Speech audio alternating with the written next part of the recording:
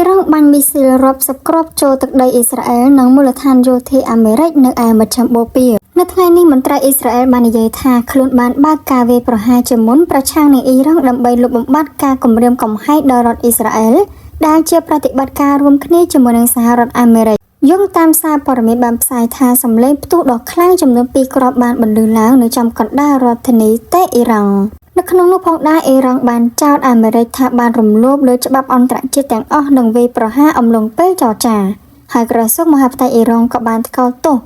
ការវាយប្រហាររួមគ្នាដោយសហរដ្ឋអាមេរិកនិងអ៊ីស្រាអែលកាលពីថ្ងៃសៅរ៍នេះដោយបាននិយាយនៅក្នុងសេចក្តីថ្លែងការណ៍មួយដែលចេញផ្សាយតាមរយៈប្រព័ន្ធផ្សព្វផ្សាយរដ្ឋអ៊ីរ៉ង់ថាយើងចង់ជម្រាបជូនប្រជាជនដ៏អស្ចារ្យនៃអ៊ីរ៉ង់អ៊ីស្លាមថាសត្រូវអ ுக ្រិតជនបានរំលោភច្បាប់អន្តរជាតិទាំងអស់ម្ដងទៀតហើយនៅក្នុងអំឡុងពេលចរចា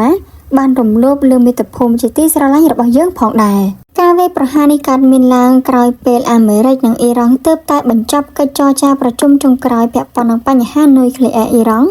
កាលពីថ្ងៃប្រហ័សនៅក្នុងទីក្រុងហ្សឺណែវ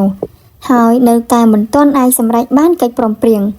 ប្រធានាធិបតីអាមេរិកលោកដូណាល់ត្រាំធ្លាប់ប្រមានម្ដងហើយម្ដងទៀតថានឹងវាយប្រហារលើអ៊ីរ៉ង់បើសិនជាការចរចាមិនអាចឈានដល់កិច្ចព្រមព្រៀងគួរបញ្ជាក់ថាកាលពីខែមិថុនាឆ្នាំមុនអំឡុងពេលដែលអាមេរិកនិងអ៊ីរ៉ង់កំពុងតែចរចាបញ្ហានុយក្លេអ៊ែរអ៊ីស្រាអែលធ្លាប់បានបើកការវាយប្រហារលើអ៊ីរ៉ង់ដែលបង្កទៅជាសង្គ្រាមអស់រយៈពេល12ថ្ងៃជាមួយនឹងទីក្រុងតេហេរ៉ង់ហើយបណ្ដាលឲ្យកិច្ចប្រឹងប្រែងចរចានាពេលនោះដួលរលំទៅវិញកាលនោះផងដែរអាមេរិកក៏បានចូលរួមទម្លាក់គ្រាប់បែកធុនធ្ងន់ទៅលើទីតាំងនុយក្លេអ៊ែររបស់អ៊ីរ៉ង់ផងដែរចំណែកឯទីក្រុងយេរូសាឡឹមបន្ទាប់ពីទទួលរងការវាយប្រហារពីអាមេរិកនិងអ៊ីស្រាអែលផងនោះកាលពីព្រឹកមិញប្រទេសអ៊ីរ៉ង់បានចាប់ផ្ដើមការវាយប្រហារសងសឹកវិញយ៉ាងខ្លាំងក្លាអ៊ីរ៉ង់វាយប្រហារទាំងមូលដ្ឋានយោធាអាមេរិកផងនិងអ៊ីស្រាអែលផងគេស្ដាប់ឮសំឡេងផ្ទុះយ៉ាងកក្រើកព្រះធរណីនៅក្នុងប្រទេសដែលមានមូលដ្ឋានយោធាអាមេរិកនៅឯមជ្ឈបូព៌ា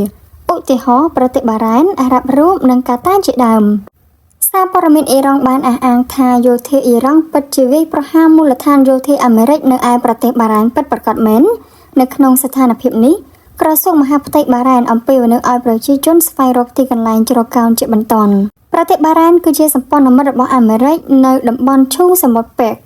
ហើយក៏ជាបញ្ជាការដ្ឋានកងនាវាចរទី5របស់អាមេរិកផងដែររដ្ឋាភិបាលកាតាអះអាងថាយោធារបស់ខ្លួនបានបាញ់ទម្លាក់មីស៊ីល2គ្រាប់ដែលបានបាញ់ចេញពីប្រទេសអ៊ីរ៉ង់ក្រៅពីវាយប្រហារអាមេរិកអ៊ីរ៉ង់ក៏ចាត់វិធានការសងសឹកទៅលើអ៊ីស្រាអែលផងដែរ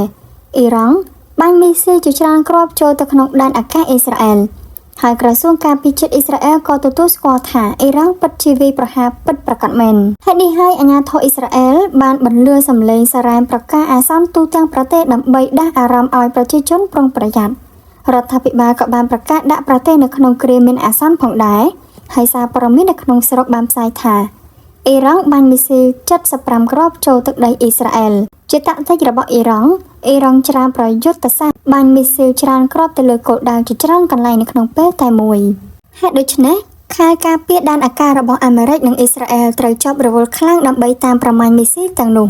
ទោះជាយ៉ាងណាក្តីប្រព័ន្ធការពារដែនអាកាសរបស់ប្រទេសណាក៏ដោយក៏មិនអាចការពារបាន 100% នោះទេនៅអ៊ីស្រាអែល